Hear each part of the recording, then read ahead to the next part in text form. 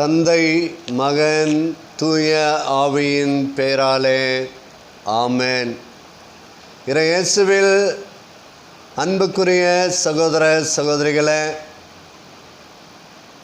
இன்றைய தினம் நான் உங்களோடு பகிர்ந்து கொள்ளவிருக்கின்ற இறைவார்த்தை லூக்கா நற்செய்தி 14ஆம் அதிகாரம் 1 முதல் 1 மற்றும் 7 முதல் 14 வரை உள்ள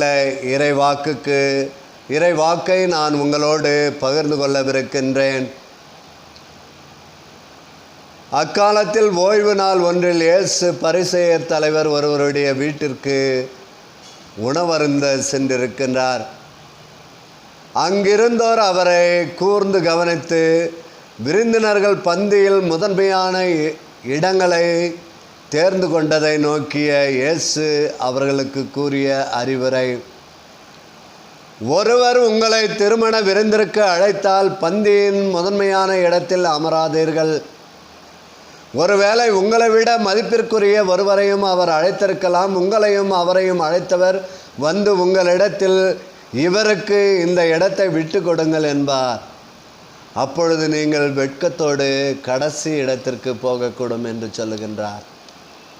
இன்றைய இறை வார்த்தையை நாம் சிந்திக்கின்ற இந்த வேளையில், ஏதோ ஒரு விதத்தில் புகழையும் பதவியையும் தேடி ஓடும் நமக்கு மதிப்பு என்பது நாம் தேடி செல்வதால் நம்மை தேடி வருவது என்று உளவியல் பாடம் என்கின்றார் இயேசு. சிவப்பு விளக்கு வைத்த காரில் வலம் வந்துவிட வேண்டும் என்பது இன்றைய அரசியல்வாதிகளின் இடைவிடா தேடல்.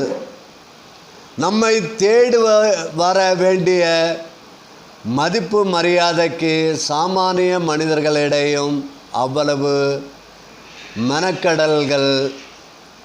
பிறர் தம்மை மதிக்கவும் அளவே நாம் உயர்வின் அளவிற்கு என்ற சிந்தனையாலும் துன்புறுவோர் பலர். ஆபிரகாம், நம்முடைய முதுபெரும் தந்தையாகிய ஆபிரகாம், அவர் ஆண்டவரை தேடி செல்லுகின்றார். ஆண்டவர் அவரை அழைக்கின்றார். அவருடைய அழைப்பை ஏற்று, ஆண்டவருடைய அழைப்பை ஏற்று அவருக்கு பணிபுரிந்த அவர் இன்று விசுவாசத்தின் தந்தையாக விளங்குகின்றார். திருச்சபையில் கிறிஸ்துவுக்குள் பிரியமான என் அன்பு சகோதர சகோதரிகளே, இன்றைய தினம் நாம் வாழ்கின்ற இந்த சமுதாயத்திலே ஆண்டவர் இயேசு விருந்திற்கு சென்ற இடத்திலே, உங்களை ஒருவர் விருந்திற்கு அழைத்தால் முதன்மையான இருக்கையில் போய் அமராதீர்கள் என்று சொல்லுகின்றார். இன்றைக்கு நீங்களும் நானும் தேடி செல்கின்ற மதிப்பும் மரியாதையும் என்ன தெரியுமா?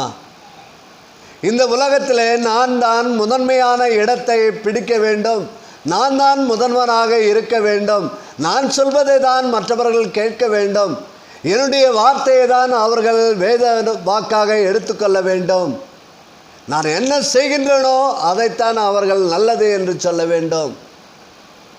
இந்த சூழ்நிலையில் இன்றைய உலகத்தில் நாம் வாழ்கின்ற இந்த சமுதாயத்தில் இன்றைக்கு அரசியல்வாதிகள் கூட இதைத்தான் விரும்புகின்றார்கள்.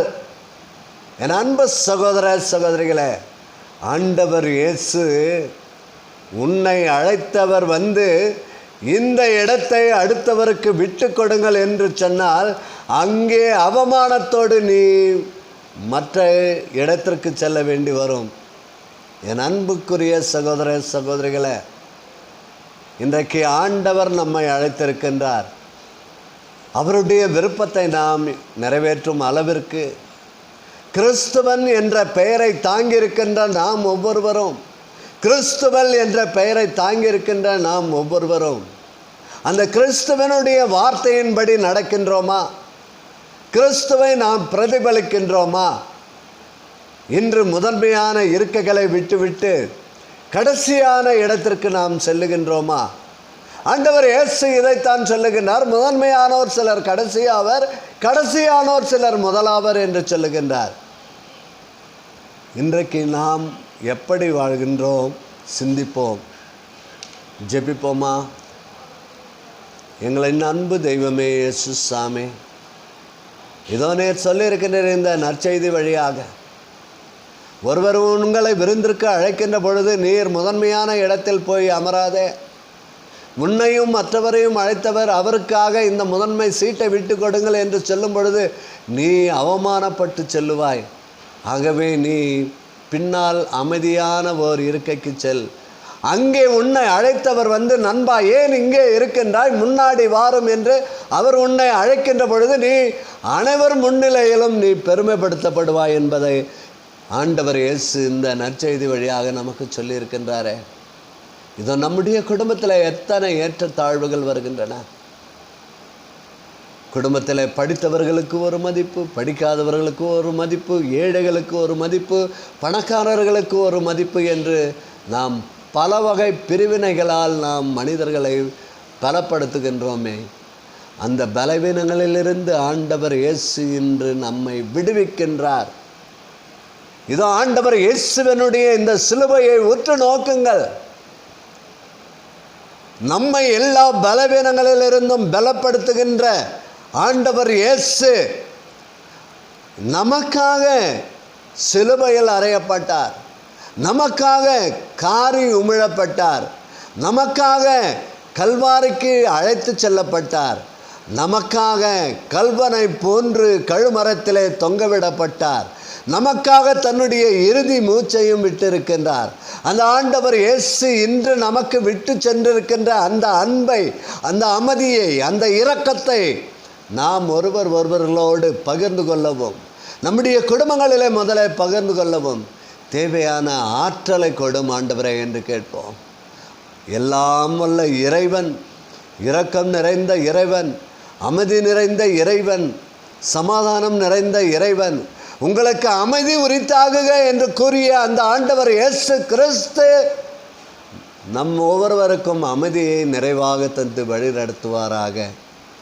எங்கள் ஆண்டவரும் திருமகனுமான இயேசுவின் நாமத்தில் ஜெபிக்கிறோம் நல்ல பிதாவே, ஆமென். தந்தை, மகன், தூய ஆவி நம் ஒவ்வொருவரையும் நிறைவாக ஆசீர்வதிப்பாராக. ஆமென். இயேசுவுக்கே புகழ், இயேசுவுக்கே நன்றி. மரியே வாழ்க.